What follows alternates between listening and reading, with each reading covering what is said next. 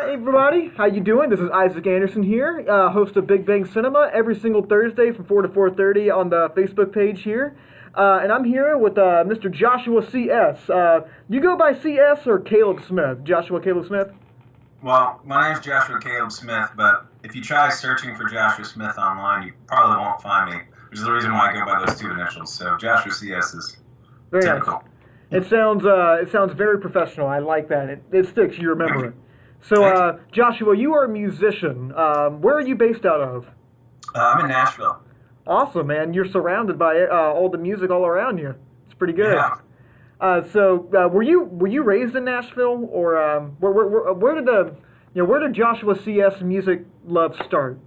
Sure. Yeah, I grew up around Nashville, and I started playing music here. Pretty much raised here. I lived between here and Kentucky for a little while, but moved to Los Angeles in college. Dropped out of college, started a band, and that's kind of what I've been doing ever since. I was in LA for about 10 years before moving back here, and yeah, that's kind of how that story goes. That's the short version, anyway. Okay. Do you find there's a lot of differences between LA and Nashville? The people I've talked to in the music business kind of say they're almost one and the same. I don't know. Somebody that's been through it, can you elaborate on how they feel different? Yeah. So I think they're very similar. You know, Nashville is a very cliquey town in terms of the music business. I mean, you got to think about it in two ways too. The industry has two sides to it. There's the public-facing side, and then there's the business side. From a business perspective, you can't do business in music without coming through Nashville at some point. So from that perspective, it's not very different than other towns, except that it's a very southern town. So, like I was saying before, it's very cliquey. Yeah. And you got your certain circles of people that love to do certain types of music, all like to write together and be friends. And for that case, actually, it can be very beneficial because you can build up a core group of people, whereas in Los Angeles, it's really dispersed, pretty wide open. And that can also be very good and was great for my development. I got into a lot of different genres with a lot of different people. And I think that those kinds of opportunities present themselves. And sometimes, in many ways, more affluently in Los Angeles than in Nashville. I guess it really just depends on like kind of what you're playing and kind of like where you want to go with that. Yeah. But speaking about kind of like the environment that you're in, your music, like I was listening to a lot of your music before this. It's got a really interesting blend of you kind of like the pop sensibilities. It's got a lot of old kind of country music vibes, just like the acoustic guitar going through out most of your songs like that. But the vibe of it just feels like something that connects with a more like a wide audience, and you just kind of get grooving. And the lyricism you have in your songs is really nice, and I thought they feel like they have a really deep story to them. Like, how do you describe your sound? Well, I appreciate the compliments, or I consider those compliments. I come from an old school background, so it's mostly old jazz, R&B, and blues that are my influences, which all have stemmed from very, very simple roots.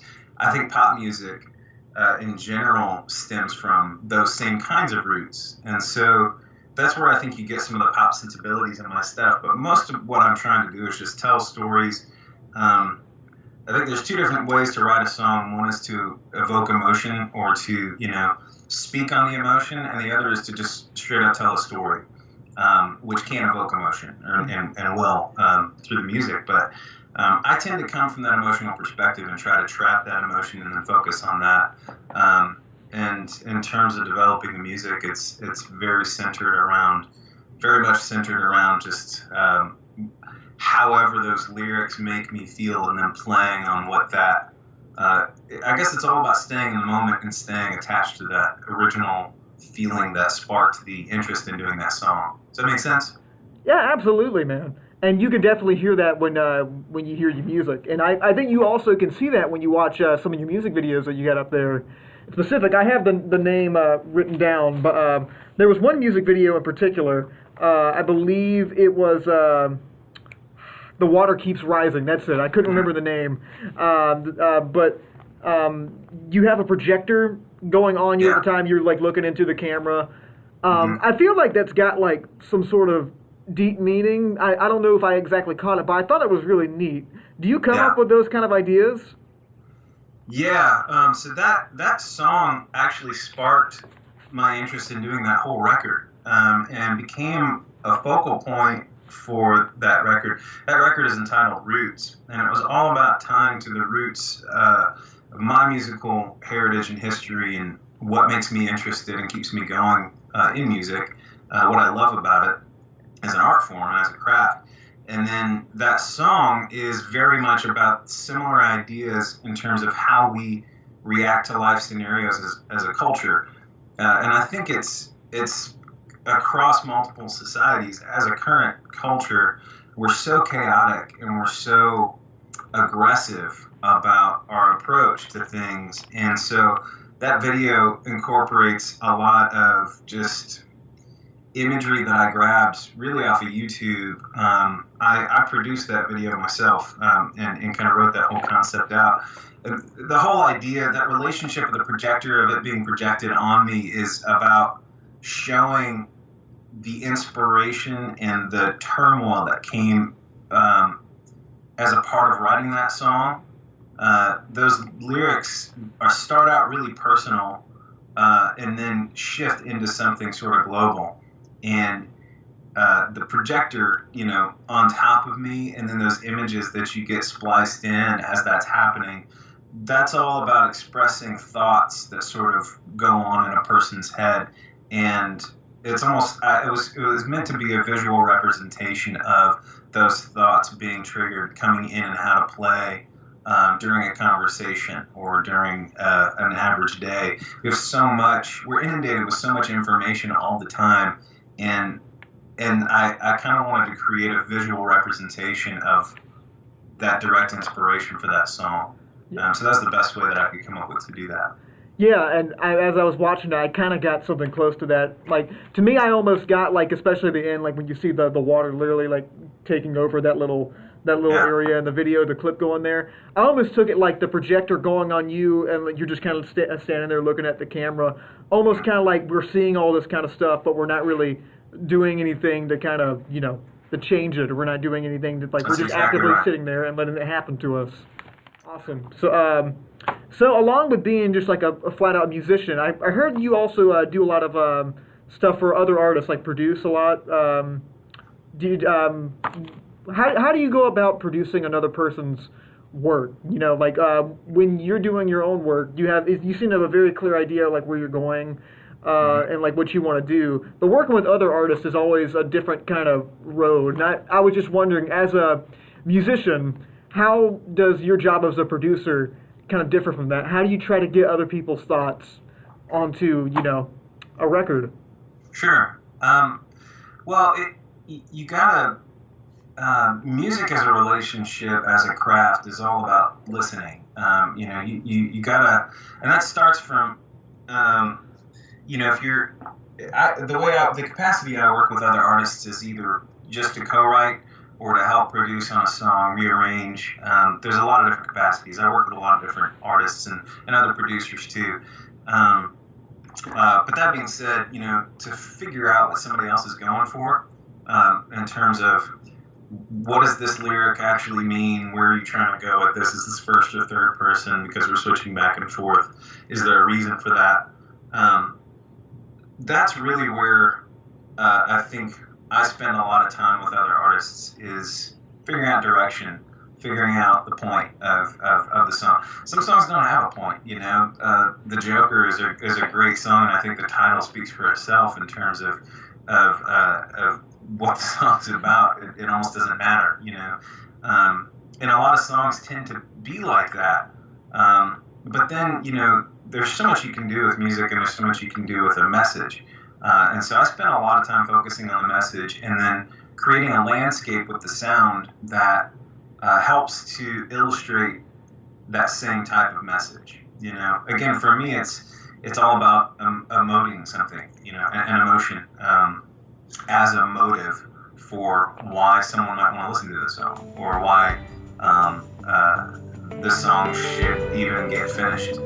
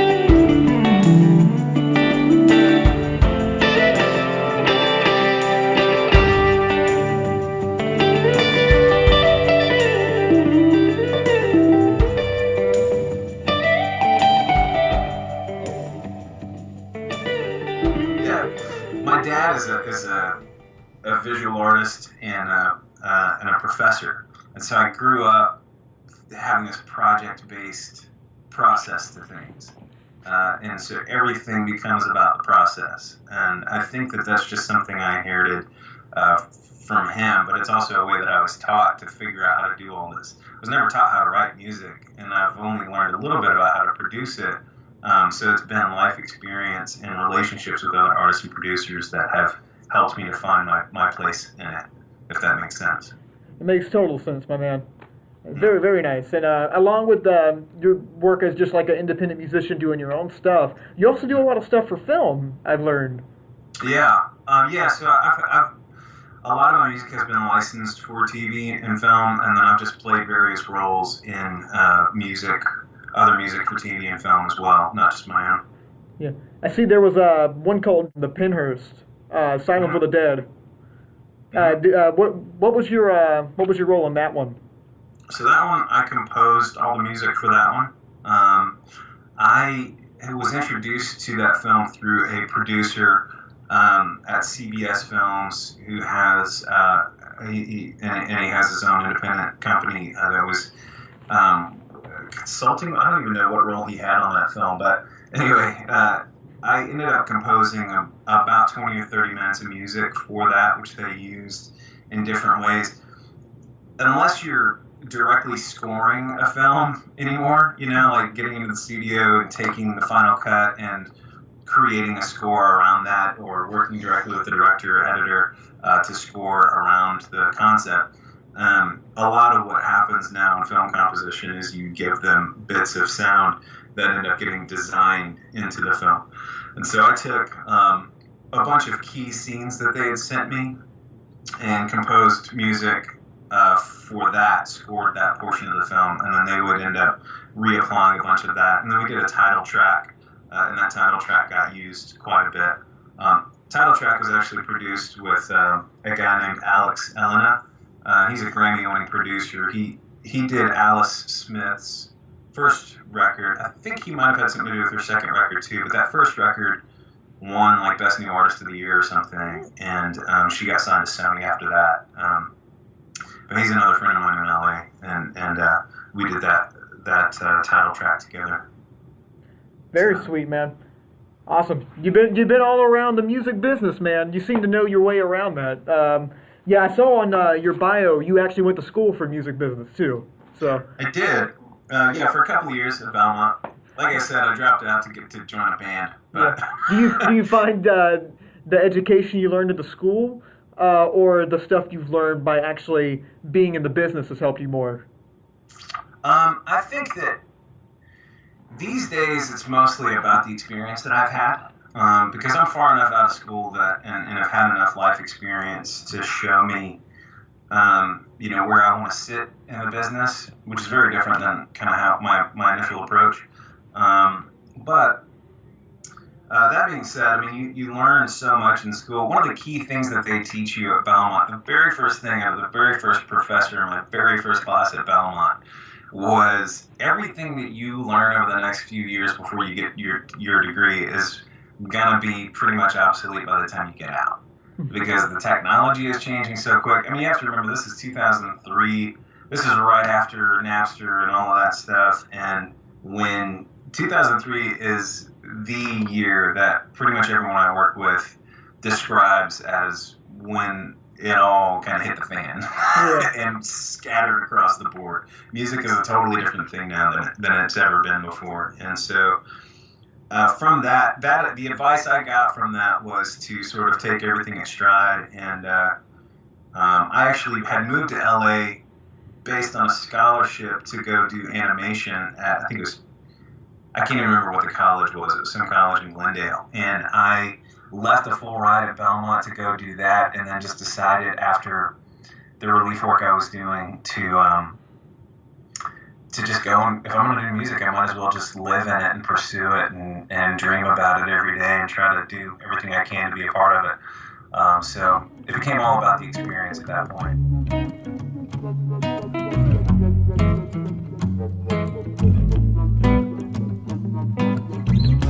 Give me your number, babe. I want you lost in my room. I wanna save that day when I got lost in you. Give me your problems, babe. Let's lay them on the sheets. Let me make love to you. I wanna be the one you need. We made our first mistake like a hot air balloon. No direction made. We just aimed to console. In the silent room, you saw me breathe my name. Didn't say what you know. I just wanna know, did you ever hope to stop? Just let it go. And I know it's just the start, but I hope you hear my heart.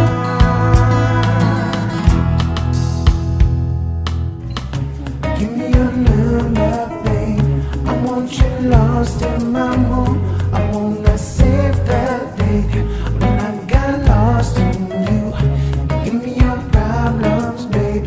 Let's lay them on the sheets. Let me make love to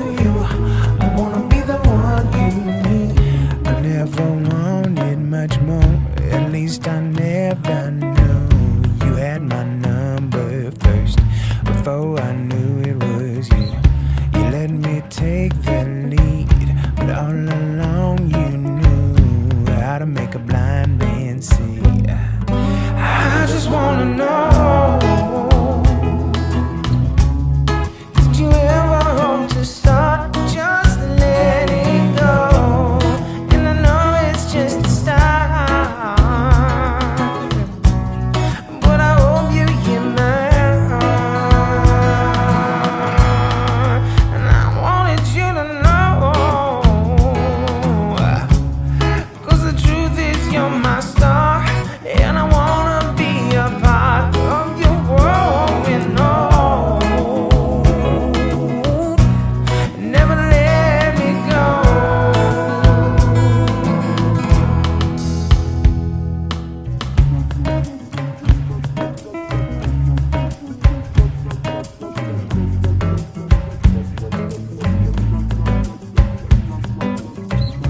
Give me your number, babe. I want you lost in my room. I wanna save the day when I got lost in you. Give me your problems, babe. Let's lay them on the sheets. Let me make love to you. I wanna be the one you need. Give me your number, babe. I want you lost in my room. I wanna save the day when I got lost in you. Give me your problems, babe.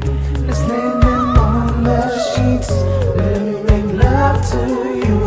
I wanna be the one you need. Give me your number, babe. I want you lost in my room.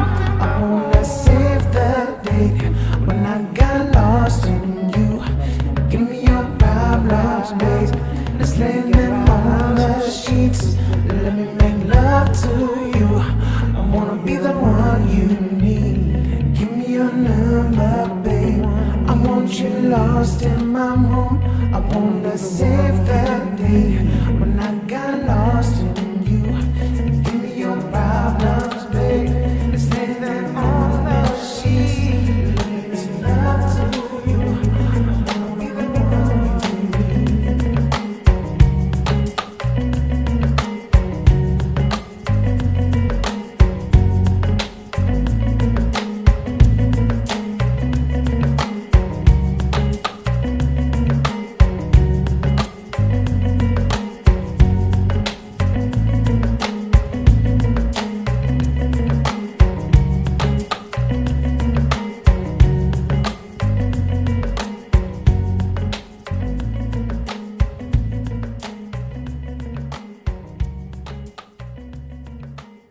I got started producing my own music actually out of necessity, because when you're an independent artist, you tend to have to come up with ways to get it done, and so you can stay relevant, you know. And you want to keep your craft going, and you want to continue practicing what you want to do. So I had learned how to produce at RCA Studio B, actually, in Nashville. And, It's quite a place to learn.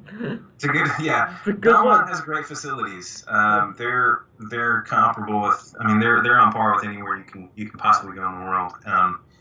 And I had great teachers, but once I got into the world of live music and I put my band together, you know, our very first show out as an ensemble,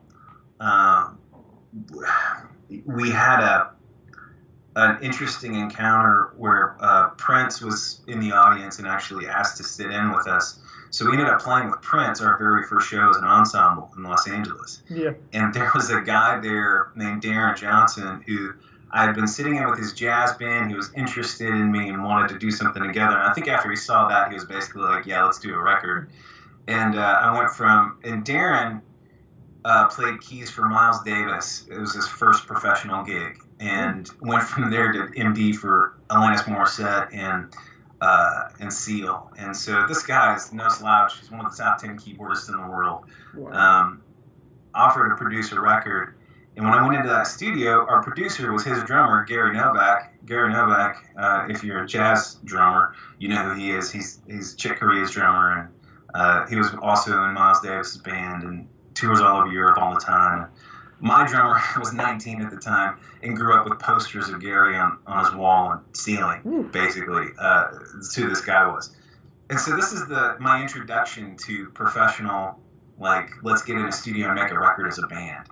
And I was just like, this is crazy to be independent musicians and be in this world with this caliber of musicianship.